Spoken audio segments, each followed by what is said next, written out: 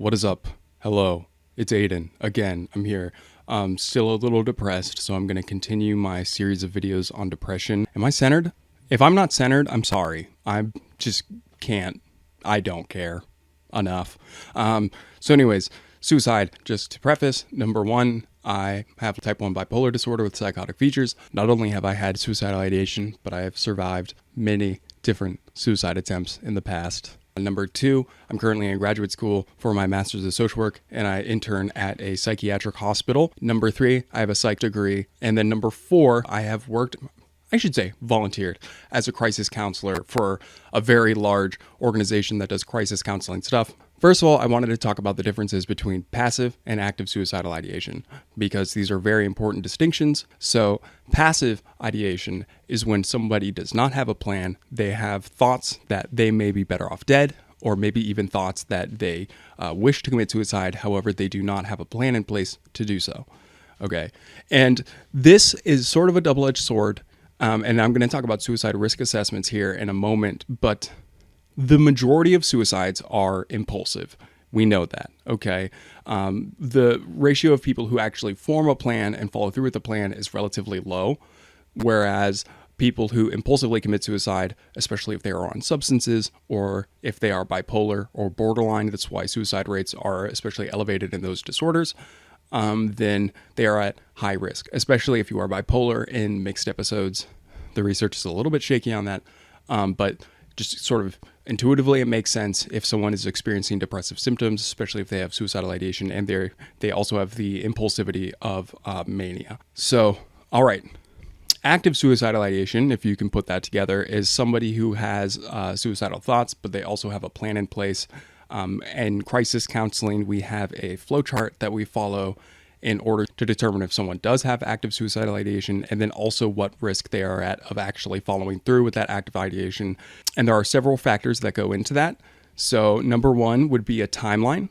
Do they have a time in mind? So we determined the highest risk is within 48 hours. However, it varies. So someone who has a plan to do it in a year, obviously we consider to be a lower immediate priority than someone who has a plan to do it in the next 48 hours.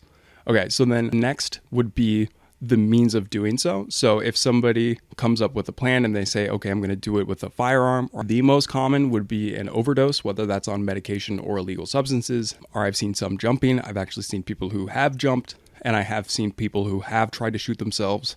And then we have hanging. I actually don't see that one very frequently. Well, that's a lie. I do actually, in plans. We do see cutting yourself. However, it is important to delineate that cutting yourself oftentimes, in fact, the vast majority of times, and I'm guilty of this. If you look at my wrists, don't look at my wrists. The majority of times, self-harm is not a suicidal act, and it is a way of releasing tension or emotions. In my case, I do it when I am so emotionally overwhelmed that I feel like I have no other way of doing it. I'm clean, so I can't use drugs, and unfortunately, one way of coping would be self-harm, and it is obviously very bad. It is very concerning for loved ones when they see you do that. Anyways, self-harm is also its own topic, but cutting, we do see traditionally sort of like this. You would be cutting vertically down the wrist as opposed to cutting horizontally, which we consider to be more of that non-suicidal self-harm.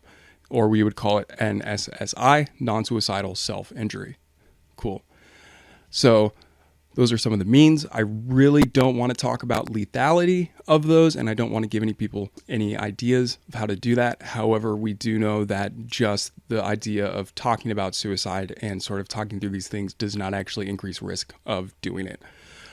So, okay, silly me, I forgot to sort of finish this list, but we also look for access to means, obviously. So if someone says, hey, I'm going to use a firearm, but they don't actually have access to a firearm, then that's sort of low risk. But if they say, I'm going to use this medication to overdose, and they do have access to that medication, then that risk is a little higher.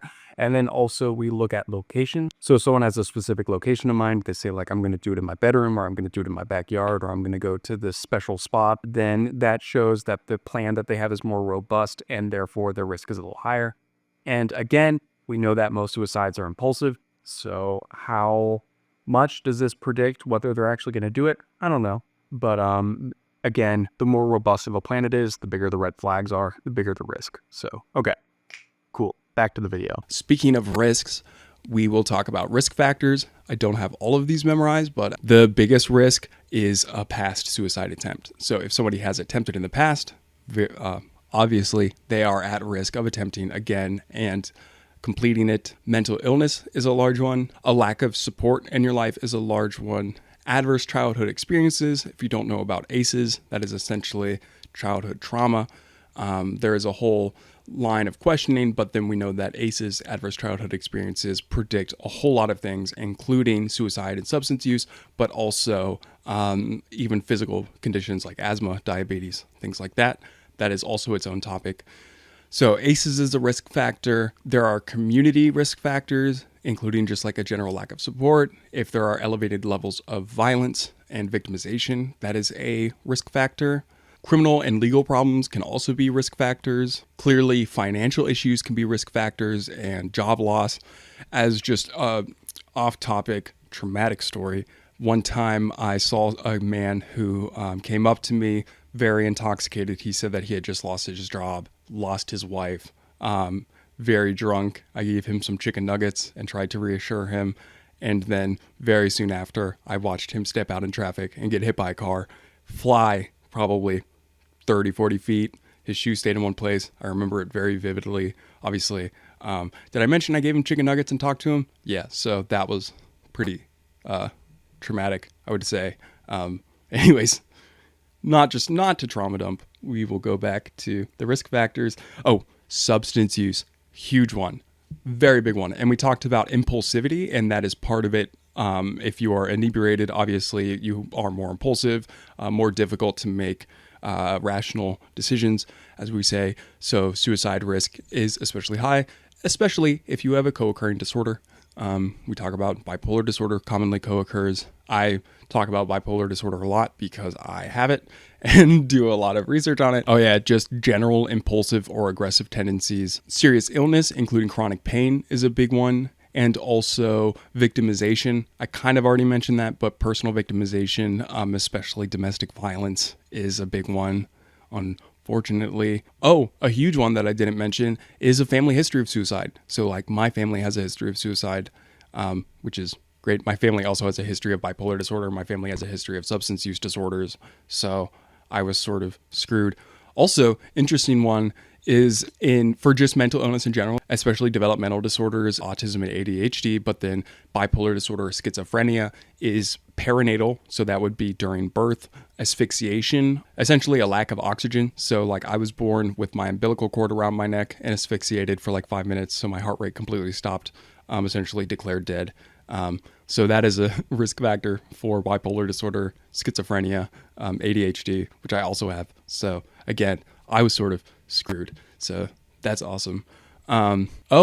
Obviously, discrimination, racism, homophobia, transphobia, all of those things can be risk factors. And then just societal stigma associated with seeking help for mental illness and suicidal ideation, a fear of reaching out about having suicidal ideation. Those are big ones. So sort of on the other end of things, protective factors for suicide would include support. So supportive friends, supportive family, supportive communities. Those are big. Receiving treatment. So we obviously see that the rate of suicide is so much higher in people with untreated depressive disorders, including bipolar disorder, untreated substance use disorders. So receiving treatment, including medication and therapy, and then support from family and friends and your community. Those are huge protective factors. And then obviously effective coping skills. Those are huge. Feeling connected to others. And then also spiritual beliefs. That doesn't have to be religious. That can just be feeling spiritually connected to the universe or just engaging in like meditation, feeling fulfillment.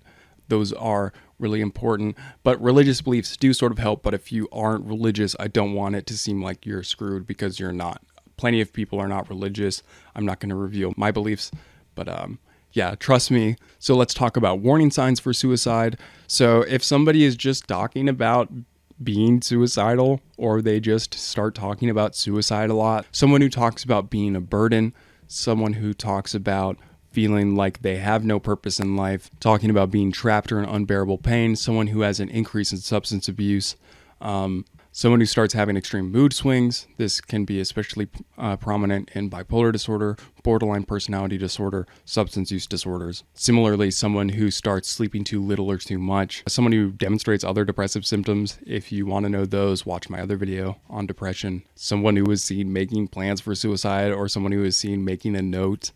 Obviously, those are big warning signs. Someone who's becoming increasingly socially isolated. Someone who just becomes more angry, irritable, or increases in rage, especially again if someone is bipolar, but also just in general depressive disorders. And yeah, be careful for posts. If someone is posting that they are suicidal on the internet, don't just think it's them looking for attention or anything. Those are genuine warning signs. We've seen it a lot. I've seen it a lot personally. Some people who post about being suicidal and people just ignore those posts for some reason. But I have also been someone who has made those posts, and then I've gotten those messages from like Facebook, and they're like, "Are you okay? Call the suicide hotline." Also, I'm going to put the suicide hotline at the beginning of this. Trust me. Reach out to those. Again, I was a crisis counselor. They can be very helpful. They can be a little corny and cheesy sometimes, but just don't let that dissuade you. Look for that connection with those people. Trust me, and those coping mechanisms and those resources, they can be life-saving. So, yeah. So in terms of mental illnesses that have an elevated rate of suicide, psychotic disorders, depending on the research you look at, psychotic disorders, including schizophrenia, just psychotic disorder, schizoaffective disorder, delusional disorder, that whole spectrum of psychotic disorders, they are at probably the most elevated risk of suicide, followed by bipolar disorder. Borderline personality disorder is pretty high up there.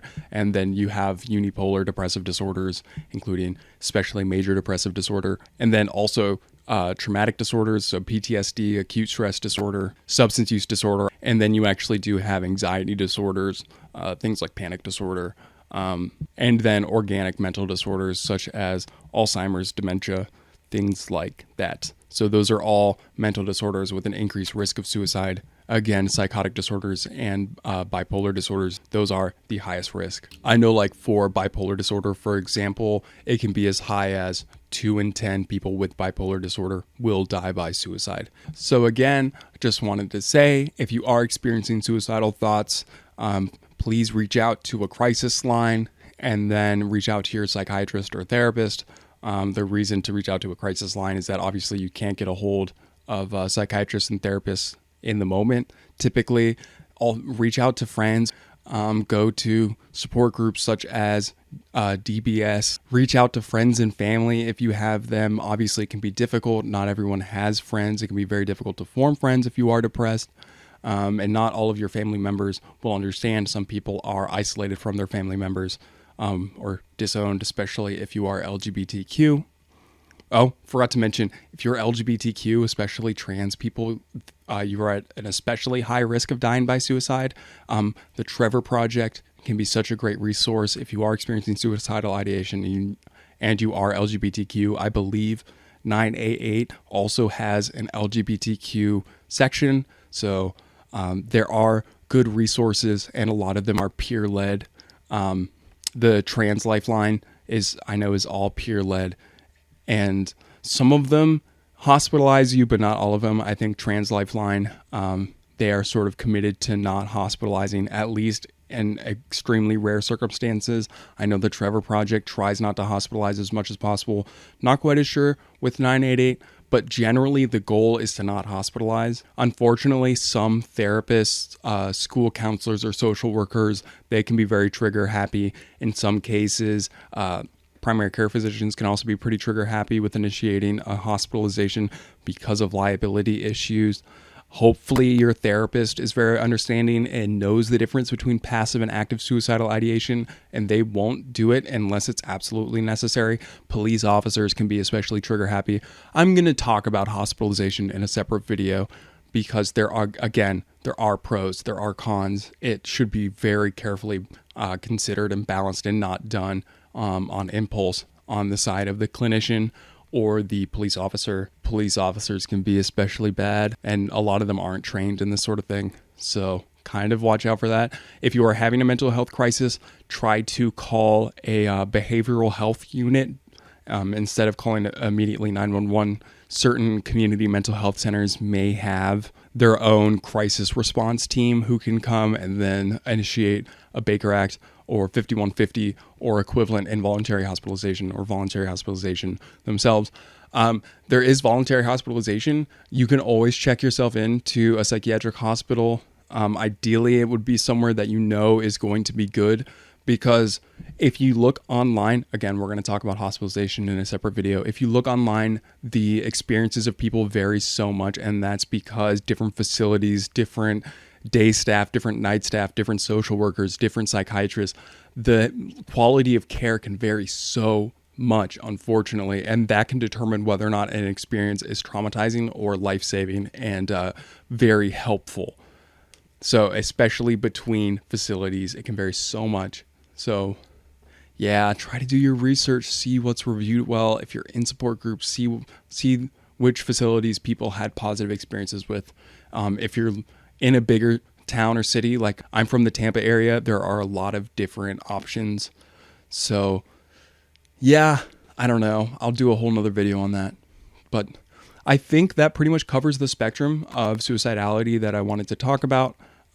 It's a pretty heavy topic, but also it's a topic that should be destigmatized. It's relatively normal, especially for people with mental health disorders. So don't be afraid to talk about it. Don't be afraid to reach out to people. Unfortunately, social media sites and YouTube may sort of start flagging things, but it is generally just, they reach out and say like, hey, talk to a friend or call this suicide hotline, things like that. So yeah, well, thank you for watching. Aiden again. So bye. God fucking damn it.